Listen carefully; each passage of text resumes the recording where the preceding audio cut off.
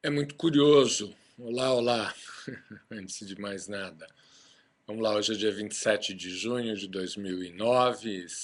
Que horas são? São 15 para meia-noite, quase o dia 28, portanto.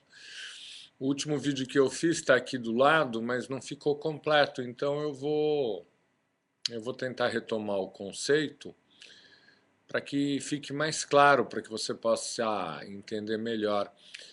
A ideia de fazer esse vídeo é de um conceito que eu lembro muito bem, foi numa aula de psicopatologia do professor Ojage, quando eu era residente na Santa Casa. Eu só não lembro do nome do escritor, do psiquiatra, mas falava num quadro de psicose única. O conceito de psicose única é que todos os sintomas psiquiátricos teriam uma mesma base, uma mesma origem. Eu sempre acreditei nisso, eu sempre achei não no padrão da psicose, mas na verdade na maior parte dos desequilíbrios emocionais, das manifestações psíquicas.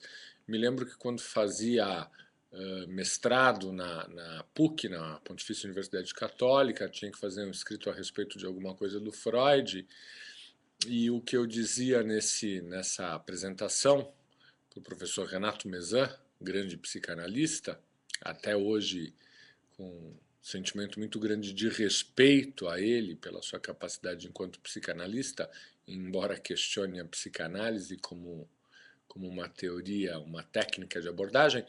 E eu dizia a ele que a questão fundamental que Freud teria visto é o medo. O medo. O medo pode ser visto de várias maneiras, de diversas formas diferentes, assim, do ponto de vista fisiológico, eu já falei aqui diversas vezes. O medo, na verdade, seria um quadro de excitação psíquica. O fato de você excitar num certo nível, numa certa qualidade, determinadas regiões do cérebro, de estimular, geraria a sensação de medo. Mas psicologicamente falando, você também pode definir o medo como um instinto básico de conservação de vida. Nós somos seres biológicos, e uma das funções fundamentais de todo ser vivo, de qualquer ser vivo, é funcionar em função da preservação da vida, a preservação da espécie também, que aí abordaria mais a questão sexual propriamente dita. Mas no medo, o que você teria é o instinto de conservação de vida. O cérebro é uma máquina muito complexa e o que ela, enquanto máquina, enquanto mente, entende de que o que estaria ameaçando a sua preservação é tudo que de alguma forma traga um desarranjo na sua estabilidade. A verdade é que o medo é uma sensação registrada como uma sensação desagradável, que significa ameaça, ameaça à vida, e que todo o funcionamento cerebral, todo o funcionamento mental, na verdade, é no sentido de fazer nos tentar livrar desse sentimento, dessa sensação de medo.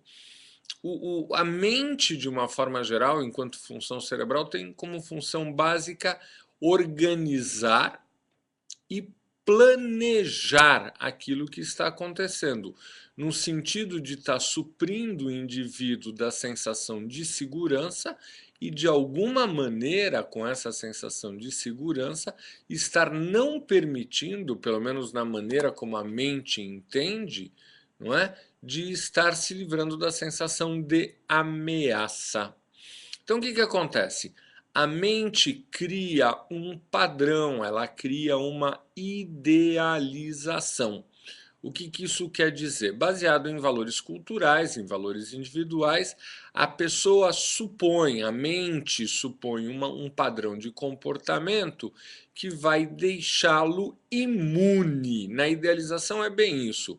Se eu for perfeito, se eu for perfeito, eu vou conseguir ficar livre de todo e qualquer tipo de ameaça. E aí a gente tem o grande curto-circuito, porque eu estabeleço de uma forma meio instintiva mesmo, meio intuitiva, meio fisiologicamente, um padrão, uma idealização, uma idealização de comportamento que eu devo atingir para estar imune. E aí eu começo a ter medo, eu começo a ficar preocupado de ser criticado. Porque o que é a crítica? A crítica é a acusação do outro de que o meu comportamento me deixa exposto. Eu não estou atingindo aquele padrão, tudo isso na minha cabeça e às vezes até socialmente. Eu não estou atingindo aquele padrão de comportamento que impediria essa exposição, aí vem a crítica e eu passo a ter medo disso. Imediatamente a mente acelera. O que acontece? O ser humano, o ser vivo, ele cria uma persona e ele fica, dependendo do nível de excitabilidade, dependendo também do nível de atenção que ele consegue ter dentro das situações, ele, opa, perdi aqui, deixa eu voltar, perdi também o embalo do raciocínio, ele vai buscar uma maneira, ele vai se acelerar para poder estar atingindo esta persona, para não ser criticado. No consultório, a principal queixa que as pessoas têm é o desejo de agradar o outro, é o desejo de fugir do confronto, é o desejo de conseguir a satisfação, porque aí estaria garantida a imagem que o protegeria das ameaças.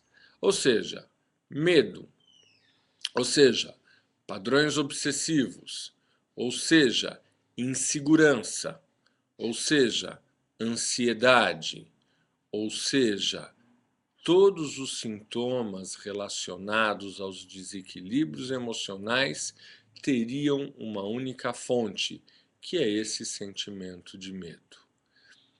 Espero que tenha ficado. No outro vídeo, que eu também estou postando aqui do lado, vocês vão ter um do lado do outro, a coisa está mais curtinha e mais objetiva. Espero que vocês tenham entendido e até uma próxima.